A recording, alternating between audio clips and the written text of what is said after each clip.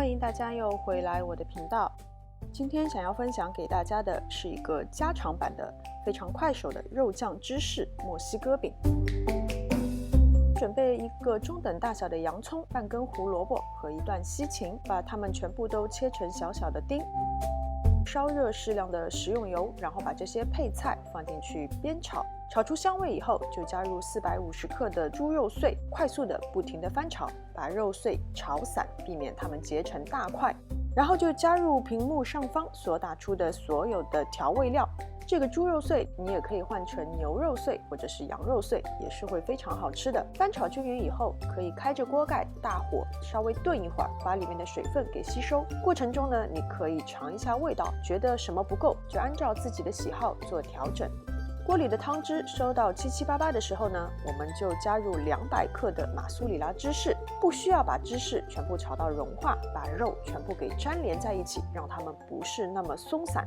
芝士我用的是安佳的，墨西哥卷饼用的是麦西恩的。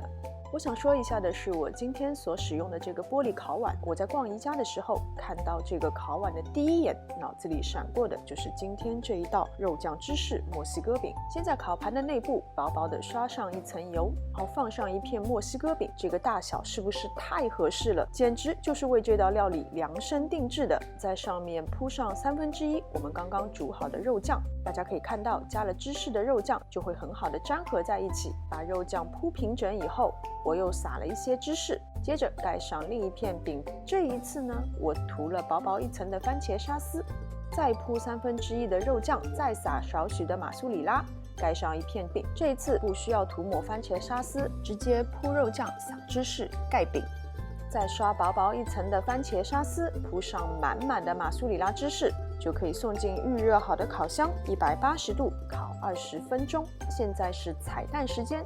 如果你没有这样尺寸刚刚好的烤碗，你也可以这样用这个墨西哥饼把肉酱卷起来，然后放在合适的容器中，在上面撒上马苏里拉芝士，同样180度烤20分钟。这个芝士真的是太诱人了。出炉以后趁热在表面撒上适量的欧芹碎，一定要趁热吃，因为马苏里拉芝士只有在热的时候才能够拉出长长的丝。